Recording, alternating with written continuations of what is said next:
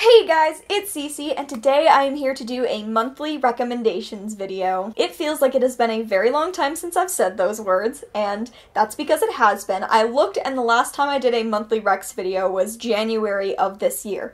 So I did one at the beginning of the year, and then didn't do one again for the rest of the year, which feels ridiculous because I used to do monthly recommendations monthly? If you have no idea what I'm talking about, Monthly Recommendations is a Goodreads group. It was created by Kayla Rain and Trina from the channel Between Chapters. There are also other contributors now. I will leave all of their channels as well as the Goodreads group linked down below. This month's Monthly Recommendations is a really special theme because it is sort of a remix of the entire year's worth of topics. I think the actual term they used was mashup, but I thought that this was a really great opportunity since I haven't done monthly recs all year long to participate in recommending a book of every single topic that I have missed thus far. I have a ton of books to get through because I am recommending multiple books for every single theme, but let's just jump into it, get through it as fast as we can. I hope you are ready for a whole lot of recommendations. So back in January, the theme was Best First Book in a Series. This is the video that I did, so if you want a bunch more recommendations, go back and watch that video from January, but I'm going to recommend 3 new books. The first of those is Amberlough by Lara, Elena, Donnelly. This is the first book of a series that is about an alternate 1930s world, fascism, spies, cabarets, gay relationships, and all things fabulous. It is unique, it is aesthetically on point, and it is an incredibly dark, interesting fantasy. Next, I want to recommend the 5th season by N.K. Jemisin, and it is a story about how the world ends for the last time. It is also a story about oppression told through the lens of people who have the ability to control the way the earth moves in a world in which earthquakes and natural disasters wreak havoc on the entire planet. And the last one that I want to talk about for this topic is A Darker Shade of Magic by V.E. Schwab. Somehow I didn't talk about this in my video at the beginning of the year. This is a book about 4 alternate worlds and the one guy who has the ability to travel between them. He acts as an official liaison between various kings of these various worlds while also acting as a smuggler who gets into a bit more than he can handle. The next theme that happened in 2018 was recommending graphic novels or mixed media stories. So first I'm going to recommend The Witch Boy by Molly Knox Ostertag, which is about expectations, magic, witchcraft, shape-shifting, friendship, and all things joyful. It is also not the only book in this series. There's a second one already out that you can go out and read as well, along with this one, because it is delightful. I also want to recommend This One Summer by Jillian Tamaki and Mariko Tamaki. It is about a girl finally reaching a summer where she feels like she's growing up as her parents are growing apart, as she's growing away from her summertime best friend. It's just a snapshot moment of a time in a girl's life as she's moving from childhood into adolescence. And the last graphic novel I want to talk about is American-Born Chinese by Jean Luen Yang. This graphic novel features 3 different stories, but all 3 of them are about identity and what it means to be Chinese American, what it means to be Chinese, what it means to be an immigrant or come from an immigrant family. Jean Luen Yang does absolutely incredible work, and I love pretty much everything he does, but American-Born Chinese just has this ability to break my heart and also be incredibly well told. The next topic I want to talk about is duologies. First, a standard recommendation, the 6 of Crows duology by Leigh Bardugo, which is 6 of Crows as well as Crooked Kingdom.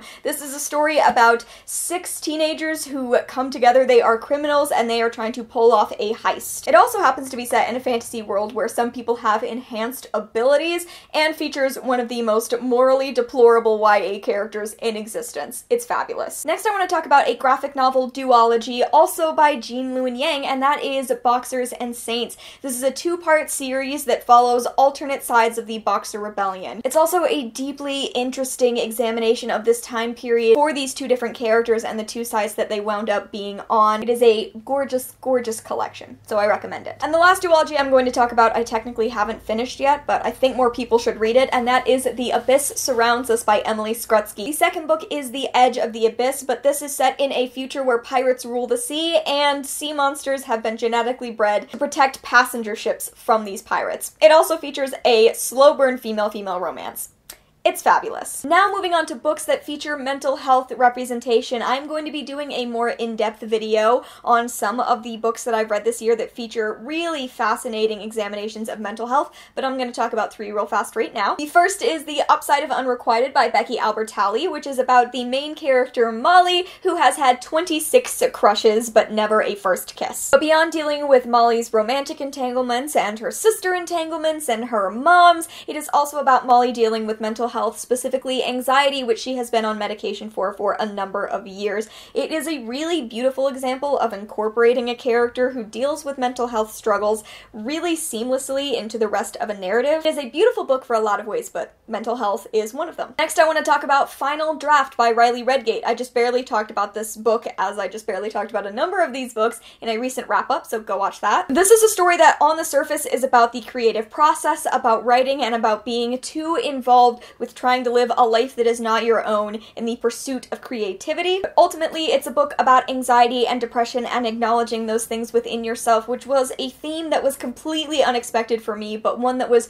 so helpful for me to read earlier this year. This is a character coming to terms with her own sadness and trying to figure out a way to make it better for herself. And finally, I want to mention Let's Talk About Love by Kann. This is a story with a biromantic asexual protagonist who is going through a lot of things, but one of them is that she starts going to a therapist early on in the novel. She's not questioning her sexuality at any point in the novel, but she's trying to deal with the fact that at the beginning of the book, her girlfriend broke up with her for being ace, so she winds up seeing a therapist for that, a therapist for trying to deal with her family's expectations of her. It was a real normalization of going to therapy that I also really appreciated earlier this year, and one that I deeply needed to see as I had just barely started seeing a therapist of my own. Next, I want to talk about books that BookTube made me read. Now, I get most of my recommendations from BookTube, so I could talk about basically any book. What I am going to try to do is talk about books that I never normally would have read without the prompting of so many different booktubers. The first of those books is Foolish Hearts by Emma Mills. This originally sounded like pretty standard YA contemporary to me. So many people kept giving it 5-star reviews that I finally decided to pick it up. It is about a girl named Claudia who accidentally overhears the breakup of the it couple at her school, the couple who happens to be 2 girls, by the way. And then she winds up being thrown together with one of those girls during her school's production of A Midsummer Night's Dream. This is one of the best examinations of female friendship that I've ever read in a YA book. It's also a great story as far as family goes, as far as adorable relationships. This book made me laugh, it made me cry. It was a totally unexpected read for me, but I'm really glad BookTube made me read it. There's also Homegoing by Yaa Gyasi. This is another one that didn't quite sound up my alley, but everyone loved it. Basically, this starts in the 18th century and it follows one family line. There are 2 half-sisters, and every alternating story is the next generation of one of their descendants and all of the experiences that they go through. It starts in Ghana and stretches across the world. It also opened my eyes to the fact that I might want to read a lot more books like this, which is why I was so grateful that BookTube made me read it. Finally, for this category, I want to talk about Fangirl by Rainbow Rowell. This is one of those books that when you talk about a girl who is just a fan of something wholeheartedly, who writes fan fiction for it, it doesn't sound like my kind of book on paper, but it is about those things and those experiences that I wound up identifying with so strongly. But it's also about a girl her freshman year of college losing connection to her twin sister, floundering in this world that is completely new, trying to make friends but being overwhelmed by all of it. It's an incredibly relatable story if you've ever been involved in fandom and ever felt completely stressed about your first year of college. And like, if you didn't, what? How did you not feel stressed your first year of college?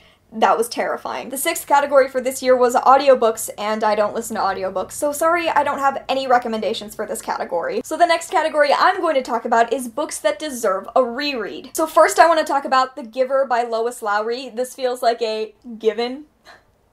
You see? You see what I did? I talk about this book as being one of my favorite books because I reread it so often, and it just always feels like a book that you can get something new out of. I mean, this is a book that you start reading in 6th grade. It is a story about a boy named Jonas who turns 12 and is given the job to be trained with someone called the Giver, who, as it turns out, holds all of the wonderful memories of the past, but all of the most painful ones as well. It's a beautiful story that I think always deserves a reread. There's also Gone Girl. This is by Gillian Flynn, and I think this deserves a reread because there are so many hidden facets of this book.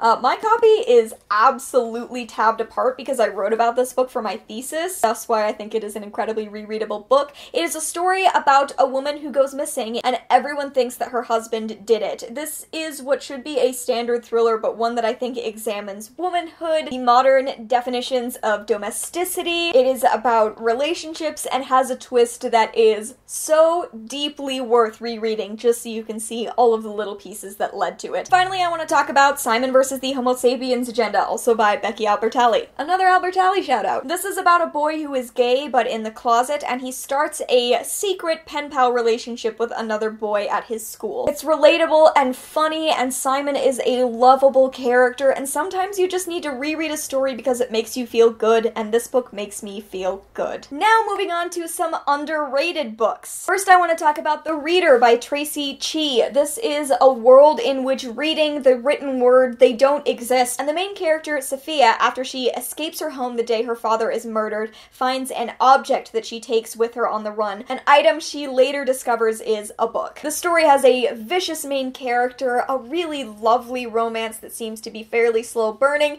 and pirates, and is delightful. Plus, the full series already exists, so people, why aren't you reading it already? There's also Ask the Passengers by A.S. King. This is a book with some very low-key fabulism, and it follows a girl who likes to lay on the picnic table in her backyard, looking up at the planes that go overhead. She asks the passengers questions as they fly over, but mostly she asks them if it's okay that she has fallen for a girl. It's sometimes hard to read, but it's also a beautiful book that deserves more attention overall. Lastly, I want to talk about Piecing Me Together by Renee Watson. This is a story about a girl named Jade who is sick of people telling her that everything that makes up her identity is something that needs to be fixed. She's tired of being told that she's too poor, too fat, too black to exist in the world. This book is an examination of black womanhood, about privilege within communities, and it is a beautiful story that made me cry basically from beginning to end. Renee Watson is an author that deserves so much more celebration,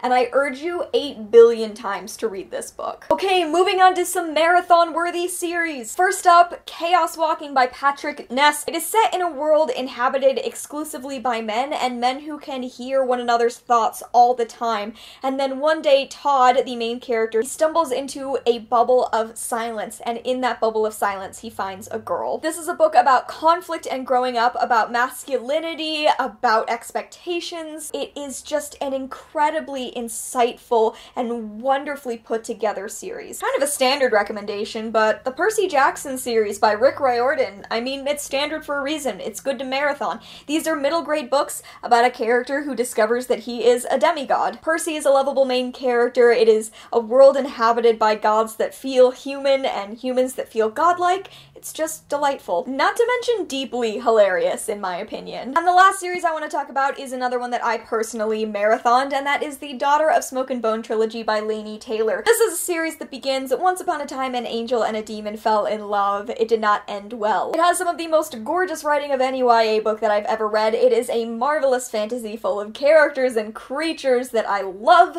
and I read it all in a month because it's wonderful in a lot of ways. Second to last theme is witchy reads, and I have 3 to recommend. I'm so happy about it. So first you have Spellbook of the Lost and Found by Moira Fowley Doyle. This is set in a small Irish town where things suddenly begin to disappear, and about 6 teenagers who find one another, as well as a spell book. And the spell book seems to have a spell that needs all 6 of them in order to complete it. This book is full of queer women, it's full of magic, and has the most lovely witchy vibes. There's also Spell on Wheels by Kate Leth, Megan Livins, and Marissa Louise, about 3 witches who are living in the modern age who set off on a cross-country revenge-based road trip against one of their exes. If you like Buffy and Supernatural, this is the combo of all of that. It's fun, adorable, and follows 3 characters who I instantly fell for. And finally, I want to talk about Wild Beauty by Anna Marie McLemore. This book is about a family of all women who tend the lush gardens that they live in. They also carry a curse that should any of them fall in love with someone, the object of their affection will be taken away. This is a beautifully written story that also gets into incredibly deep issues and mainly talks about the scars of colonialism. It's a lovely story that is also full of magic and wonder and love and this family of women who I adore with my whole heart. It's honestly perfect. Okay, this is the last theme, and that is relatable characters. First, I want to talk about Jane of Jane Unlimited by Kristen Kishore. This is a choose-your-own-adventure story meets Jane Eyre. It is wonderful in every way, but it is also about a character who is trying to find her way, who wants to be creative but can't find an outlet, who just in general feels lost and unsure, and when I read this book last year, I absolutely fell for Jane because I identified with so many of the things she was going through. There's also Frances from Radio Silence by Alice Oseman. This is a character that I fell for not because I was identifying with her struggle as I was reading the book, more because I remembered how I felt when I was just finishing high school and trying to figure out what I wanted to do with the rest of my life. She is absolutely passionate about things. She loves creating, but she also has so much fear in the fact that she feels that her ability to do well in school is the only thing that defines her. I'll add last in this book, I also identify with very strongly, though to a lesser extent than Frances. Mainly it's because Alice Oseman writes anxious characters who are unsure of themselves, but who long for a person who understands them, and like, that's it, right there. Finally, the last book I'm going to talk about is Autobiography by Christina Lauren, and I identify with the main character of this book, Tanner, but I identify even more strongly with Sebastian, who is the love interest. This is a story about a bisexual Jewish boy who moves to Utah and winds up in an incredibly Mormon area. He falls for a guy while he's there, and that guy happens to be Mormon.